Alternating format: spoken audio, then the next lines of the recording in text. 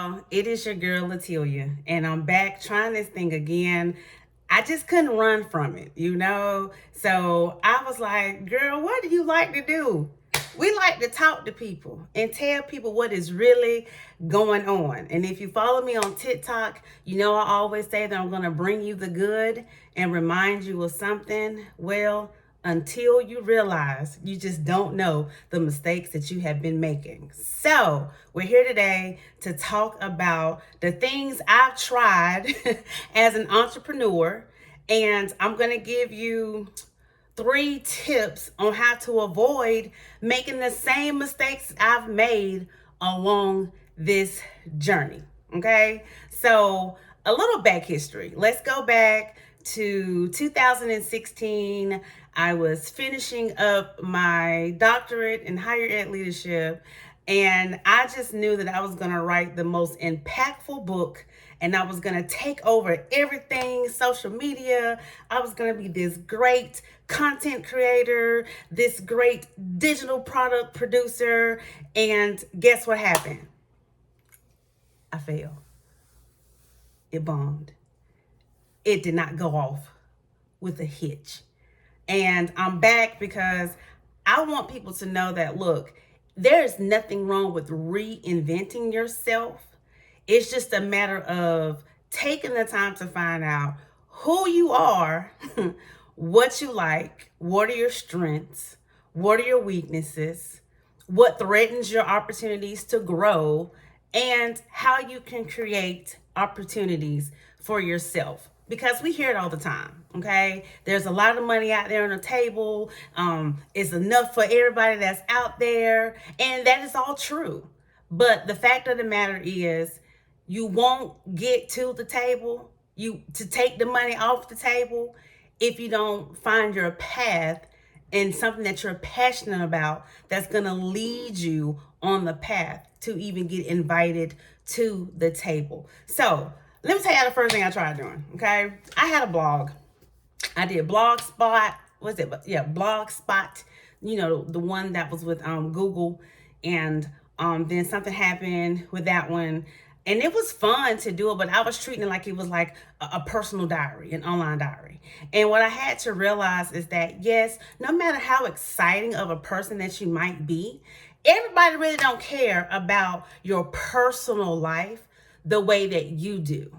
So I switched it over and I started blogging on, WordPress. And, at first I was like, I was going to be really conscientious and really conscious about what was going on around me. And I was going to gear it towards teachers and moms and working moms to help them try to find that work-life balance. And, just really insightful. And people were going to just fall in love with my mompreneur lifestyle. And it just did not go in the direction that I needed it to go. And I didn't abandon my blog. I did just kind of revamp it. And it is LatiliaRashawn.com. And I talk about practical ways for you to experience a personal transformation. And I had to go that route because before I was just trying to figure it all out. And I didn't have a vision. I didn't have a final destination that I was trying to get to. I was just out here saying, hey, I'm going to talk about this and then it's going to bite. And then I'm going to talk about that and I'm going to use these hashtags and people are going to find it. When it's a lot more deeper than that. So blogging for me just did not do what I needed to do when I initially started. Then I was like, okay, I'm going to write a book. Babe, I wrote a book. I've written a couple of books. And my first book, my 4th year in middle school, The Truth About Teaching, I talked about my teaching journey because, of course, I was an Air Force veteran transitioning into the classroom. I had 2 very young kids at the time because when I started teaching in 2008, my oldest son was 4 and my baby boy was 2. So I had toddlers and I was, again, trying to figure it all out. And I wrote the book, and again, not knowing how to market, not knowing how to talk about the platform that I was trying to create for myself. Yes, I sold some books. Was it my best work? Absolutely not. But I stand by it because it was another lesson that I learned along the way. And then I wrote a follow up 12 Ways to Survive Your First Year of Teaching. And again, without proper marketing and not knowing what to do, it's a work in progress. So I will tell you all that my brand, as Dr. Latia Rashawn, a personal transformation mentor, it is ever evolving every single day, and I'm not afraid to try different things, and if I fail, but I just regroup and pick back up. Then I've also tried t-shirts, and this is one of my t-shirts, Dope Educator. And when you look at the word dope, people always think about the streets and all of those negative connotations, but if you can see the lettering, developing opportunities to excel, that's what I do as an educator. I try to help people develop themselves and create opportunities so that they can excel. And it was inspired by another one of my friends who had a shirt that said hope, shout out to TJ, helping other people excel. And I was like, you know what? He's been one of my constant encouragers. So I was like, I know that I can do certain things. I just had to get into that space of saying, this is what I want to do. Now, the t-shirt sales, the t-shirt branding, has been hit or miss, and it's been up and down. And I had one really successful campaign about a year ago, Dope Every Day. And it was inspired by just having a conversation with my tattoo artist about how you have to wake up every single day and feel like you're dope. Okay. That doesn't mean you're not going to have some bad days. That just means that you have to wake up some days and say, you know what? I am the bomb. I feel good. My energy is good. My energy is high. I'm focused. I'm knocking out my goals. So I'm a pretty dope human being. You feel me? But so many people begin to adopt the dope mantra as whatever. Dope teacher, dope nurses, dope female, dope chicks. It's like the market became very oversaturated with dope, but I still stand by Dope Educator because I know who I am when I'm in the classroom, when I'm not in the classroom, when I'm talking to people about life, when I'm giving people tips about just how to transform and figure out their skill set to know what they want to do. So t-shirt branding, if that is your thing, try it. I've tried it. And hey, it's fun, but you just have to know when to pull back a campaign and then create something else and something a little bit fresher. Course creation. I'm going to revamp a course that I've done. And that is time consuming. I considered joining the Teachable Challenge before, and then I did a Bitmoji class because I had worked with a teacherpreneur coach, and I did a Bitmoji class because, of course, y'all know with the pandemic, everybody was coming back to school and they were trying to figure out ways to keep kids engaged because some students were 100% virtual and some students were hybrid virtual. So it was a lot of things that we were trying to do. So I created a Bitmoji course just by watching other people create a Bitmoji classroom. And there were some novice teachers when it comes to technology, not novice teachers in the profession, but novice teachers that were not like really used to what was popping in a classroom for technology. And I created a course, and I ran a campaign. I advertised it for like a month with the help of my teacherpreneur coach. Shout out to Yvette Temple. And it was a profitable first time, one-time class, and it is something that I definitely do again. And then I'm in the process of trying to revamp my Take Up Space course because at the end of the day, I do understand that when you tell people, hey, set goals, it sounds good to say, but we have to remember everybody does not have the same background. Everybody does not have the same drive. Everybody does not have the same commitment to things in life. So telling them to set goals and learn your skill set so that you can take up space is daunting.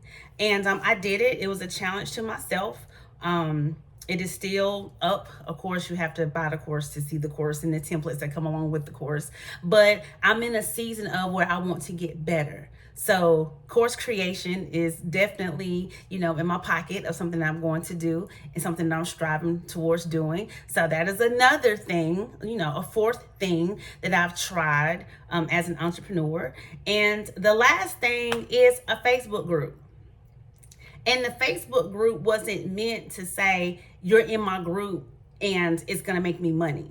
It was more so of when I launched my 6 month goal setting planner, I was kind of, swayed into saying, okay, look, you separate who you are as, the personality, or who you are as the expert, which I go by most of the time is Dr. Latilia Rashawn, because that is my first and middle name, and I do have a doctorate.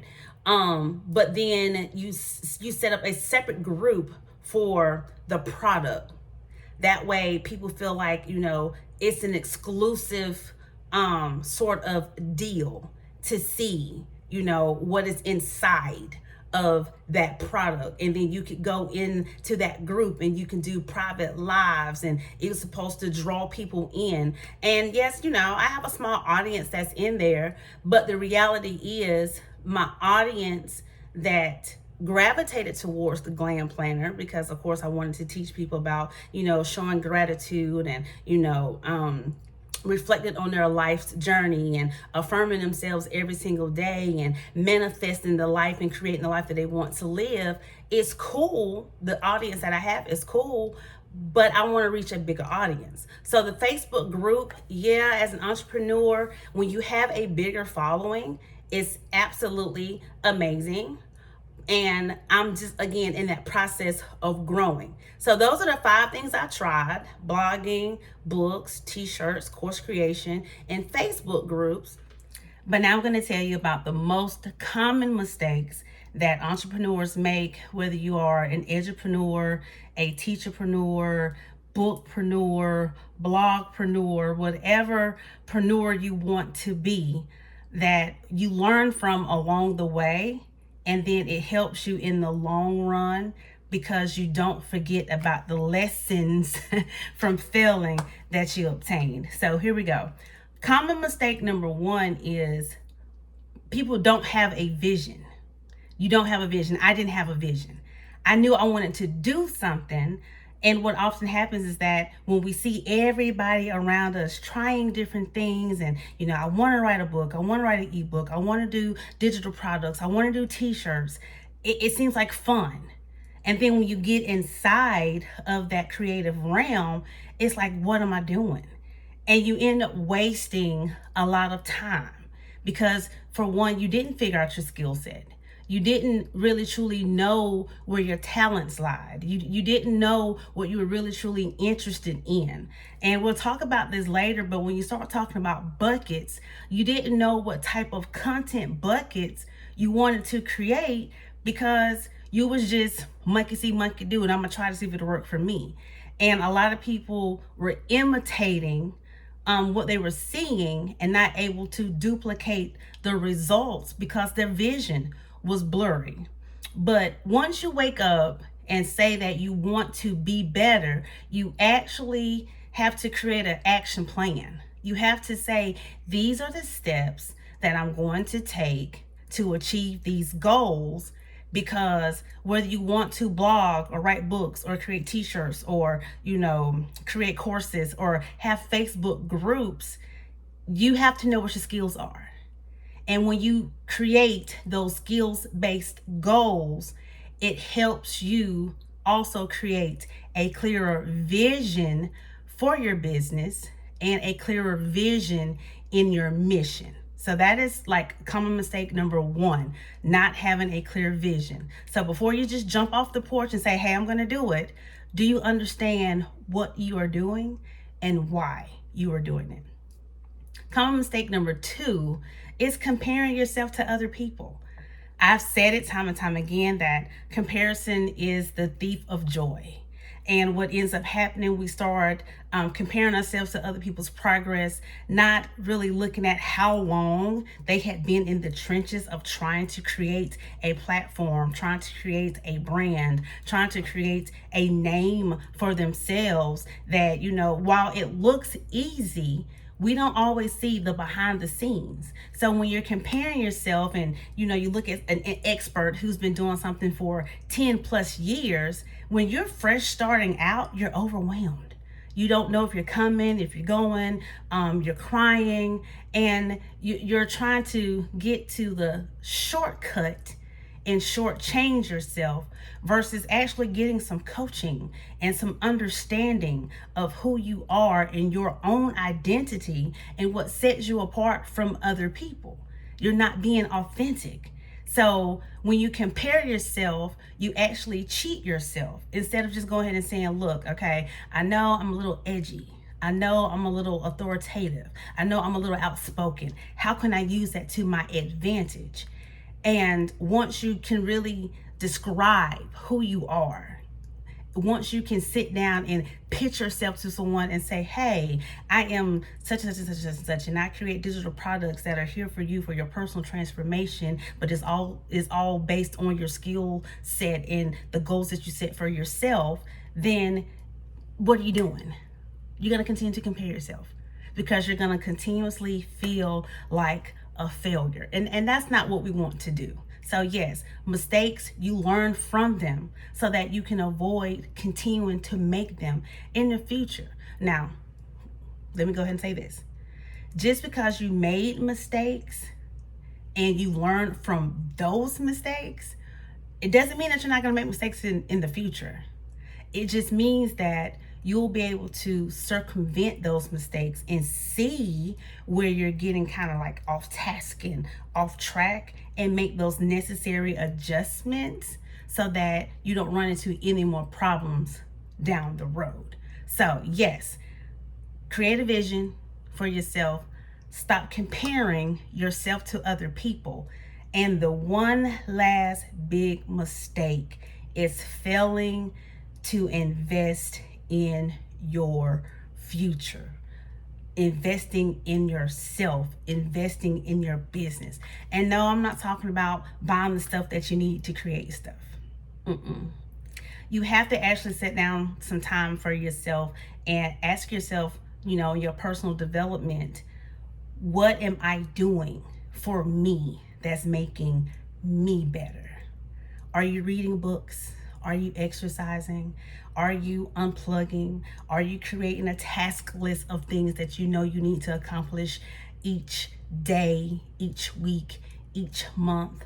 Are you resting when your body says that you need to rest? See, those are those personal development investments.